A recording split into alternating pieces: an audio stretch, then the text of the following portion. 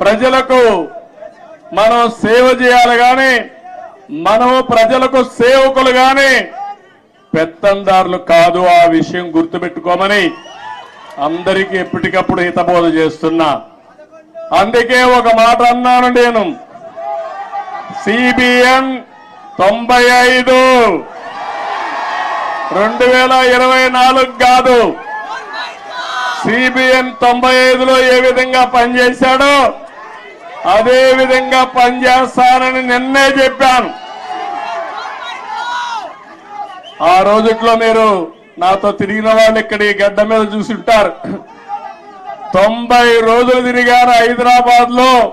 ఆకస్మిక తనిఖీలు తెల్లవారుజామున లేచి అందరి తలుపు తట్టి నిద్ర లేపి సమస్యలు తెలుసుకుంటూ పరిష్కారం చేసిన రోజులు అవన్నీ. అలాంటివి చాలా చేశాం. ఆ రోజు చేసిన కార్యక్రమాలే మీరు చూస్తే శ్రమదానం, అదే మరి జన్మభూమి, అదే మారిగా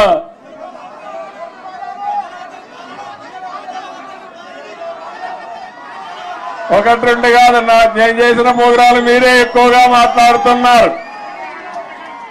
ఆ రోజు పరిపాలన ఒక ఉద్యమ స్ఫూర్తితో తీసుకుపోయినా అవునా కాదా అని అడుగుతున్నా. కొత్త కొత్త ఆలోచనలు చేశాం. ఆ ఆలోచనల్ని ఎక్కడికక్కడ అమలు చేశాం. నన్ను అడిగారు, నేను సైబరాబాద్ అంటే కొంతమంది నన్ను ఎగతాళి చేశారు, ఏంటిది కొత్త విషయం మాట్లాడుతున్నావని. ఆ రోజు సికింద్రాబాద్, హైదరాబాద్ ఉంది. నేను ఆలోచించాను ఏ పేరు బాగుంటుందని. సరైన నేమో ఇన్ఫర్మేషన్ టెక్నాలజీ వచ్చింది, సైబరాబాద్ అని పేరు పెడదామని పెట్టి కడాన అమెరికా అధ్యక్షుడు బిల్ క్లింటన్ పిలిపించినప్పుడు నామకరణం చేశాం. మన టెక్నాలజీ ఆయన చూసి ఆ రోజుల్లోనే ఆశ్చర్యపోయాడు. ఒక హైదరాబాద్ లో టెక్నాలజీ ఇంత అడాప్ట్ చేసుకున్నారని. అది నా స్వార్థం కోసమో కొంతమంది స్వార్థం కోసం కాదు, జాతి ప్రయోజనాల కోసం మనం చేయడం జరిగింది. ఇక్కడనే నాయకులందరికీ మీ అందరికీ ఒకటే చెప్తున్నాను, 20 ఏళ్లుగా అపోజిషన్ లో ఉన్నాం. తెలంగాణలో కూడా తెలుగుదేశం పార్టీ ఉండాలనా లేదా అని మిమ్మల్ని అడుగుతున్నా.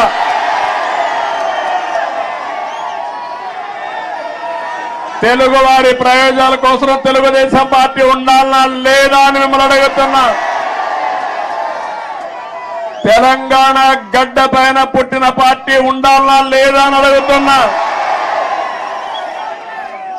తప్పకుండా ఇక్కడ పార్టీ కోసం పనిచేసిన కార్యకర్తలు ఉన్నారు. తొందరలోనే పార్టీని రీస్ట్రక్చరింగ్ చేస్తాం. మళ్ళా యువకుల్ని ప్రోత్సహిస్తాం, యువ రక్తాన్ని ఎక్కిస్తాం, చదువుకున్న వ్యక్తులందరినీ కూడా తీసుకొస్తాం.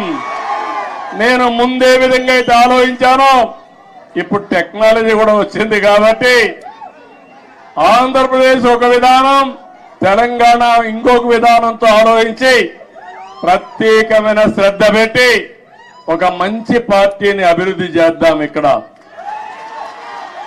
తెలుగుదేశం పార్టీకి ఒక ప్రత్యేకత ఉంది.